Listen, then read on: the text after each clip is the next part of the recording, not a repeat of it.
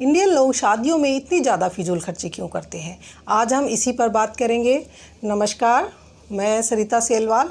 हम इंडियन लोग बहुत ज़्यादा शौक़ में विश्वास करते हैं।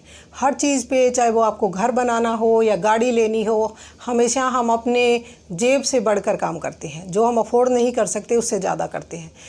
अगर आप एक रिच फैमिली से हैं तो आप ये अफोर्ड कर सकते हैं और ये आपके लिए मुश्किल काम भी नहीं है। शादियों पे लाखों करोड़ों रुपए का खर्चा कर दिया जाता है। बॉलीवुड एक्टर्स होते हैं, इन लोगों के पास इतना पैसा है कि वो अफोर्ड कर सकते हैं। लेकिन इनकी देखा देखी, जो फिल्मों के देखा देखी, एक भेड़चाल शुरू हो गई है एक ज़बरदस्त सुंदर शान और शौकत वाली शादी करने की।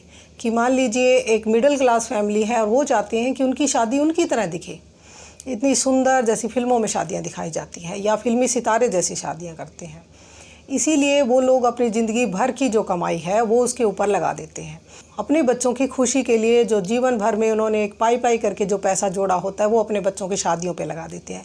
अपने बुढ़ापे के लिए वो कुछ नहीं रखते। वो चाहते हैं कि उनके बच्चों के सपने पूरे हो और वो खुद भी चाहते हैं कई बार कि वो ऐसी शादी करे कि लोग याद रखें, उनके रिश्तेदार याद रखें कि उन्होंने कैसी शादियाँ की थी।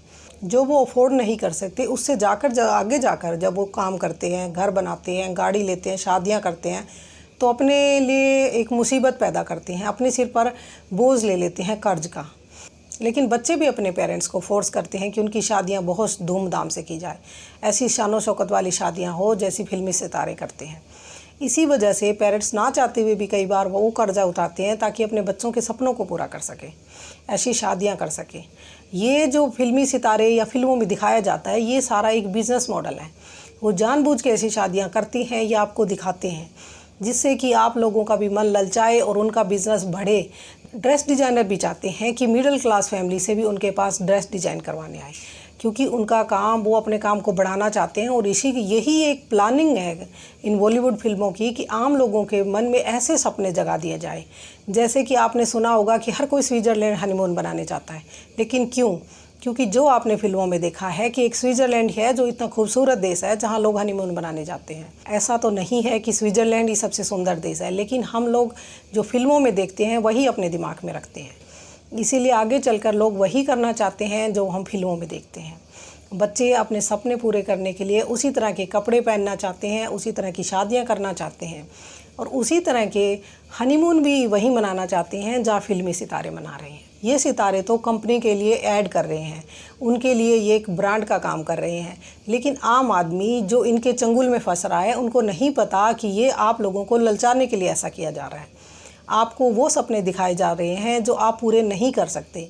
आप पूरे करेंगे तो आप या तो कर्ज के नीचे दबेंगे या फिर आप अपनी ज़िंदगी को इतना कोसने लगेंगे कि देखो मैं ये अफोर्ड नहीं कर पा रहा हूँ। अच्छा नहीं है। फिल्मी सितारे मालदीव जा रहे हैं तो आम आदमी मालदीव जाना चाहता है, क्योंकि वो उनकी नज़र से दुनिया देख रहे हैं। वो जिस तरह की दुनिया हमें सोशल मीडिया पर दिखा रहे हैं और हम देख रहे हैं, और हम उन लोगों के पीछे भाग रहे हैं। क्यों? हमें लगता है कि वो लोग जैसी ज़िंदगियाँ जी रहे हैं हमें भी वैसी ज़िंदगी जीनी है। तो इस तरह की जो एक भेड़चाल और दिखा दिखी शुरू हो जाती है। और यही सेम हो रहा है शादियों में। हमारे यहाँ की शादियाँ इतनी शान शौकत वाली है कि दूसरे देशों से लोग देखने आते हैं। वेस्टर्न कल्चर में इतनी धूमधाम से शादियाँ या इतना पैसा खर्च नहीं किया जाता। ये जो पैसा है जो आप अपनी बेटी की शादी में लगा रहे हैं, तो वो पैसा आप अपनी बेटी के नाम पर या तो बैंक में डाल दीजिए जिससे उसे एक पैसा भी मिलता रहेगा मंथली, और या फिर आप उसके लिए प्रॉपर्टी ले दीजिए जिसके ऊपर उसको रेंट वगैरह मिलता रहेगा और उसकी एक सेल्फ एस्टीम रहेगी कि मेरे पास अपना पैसा है। मिनिमम 10 या 20 हज़ार रुपये भी अगर उसे रिटर्न में मिलेंगे तो उसे बहुत खुशी होगी उस पैसे को लेकर।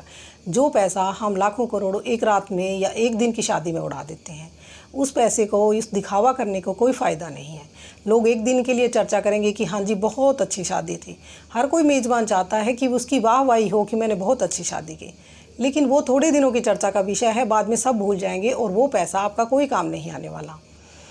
इन चीज़ों के ऊपर हम पैसे ना लगाकर, इनको अपनी खुशियाँ ना समझकर, हम अगर सच्ची खुशियाँ देखें तो अपनी बेटी के नाम पे पैसा रखिए, बैंक में रख दीजिए, प्रॉपर्टी दे दीजिए, या यहाँ तक कि ज्वेलरी दे देते हैं। वो भी एक तरह से बेटी के लिए इन्वेस्टमेंट है कि वो चाहे तो उसे बेचकर कभी भी कैश कर सकती है।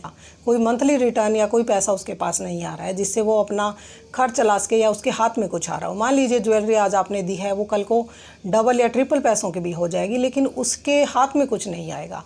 वो ज्वेलरी या तो वो अपनी बेटी को या बहू को दे देगी आगे चलकर। ये पैसा आप अपने बच्चों की एजुकेशन पे खर्च करिए। अगर आप एक लड़की हैं तो सोचें कि वो पैसा आप एक दिन में बर्बाद करने की बजाय आगे चलकर आपके फ्यूचर में काम आएगा। और दूसरा, आप अपने माँ बाप पर एक बोझ बन रही हैं। पहले ही बेटी को बोझ कहा जाता है क्योंकि दहेज दे के उसे विदा करना होता है।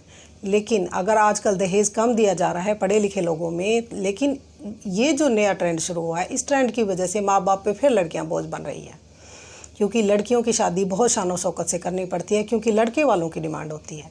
दहेज ना होकर लेकिन दहेज की तरह ही माँ बाप के कंधों पर एक बोझ पड़ गया है। अगर आप बेटी हैं तो अपने माँ बाप के बारे में सोचें, उनके सपने पूरे करने के बारे में भी सोचें कि उनका उम्र हो गई है, वो रिटायर होंगे और इसके बाद वो अपनी ज़िंदगी एंजॉय कर सकते हैं अगर उनके पास अपना पैसा होगा। अगर वो सारी कमाई आप लोगों पर लगा देंगे तो वो अपने लिए कुछ नहीं जी पाएंगे। बची हुई ज़िंदगी को वो एंजॉय कर सकें, ये आप लोगों की भी तो जिम्मेदारी बनती है कि उन्होंने आपके लिए इतनी मेहनत की है। और दूसरा कि अगर आप पेरेंट्स हैं तो आप अपनी बेटी के बारे में सोचिए कि उसकी खुशी के लिए ज़्यादा क्या ज़रूरी है, दिखावा, शो ऑफ, या फिर उसका फ्यूचर।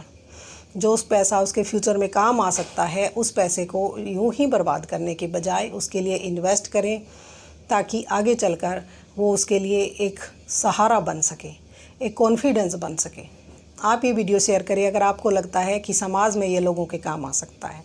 मिलते हैं नेक्स्ट वीडियो में, तब तक के लिए बाय एंड टेक केयर।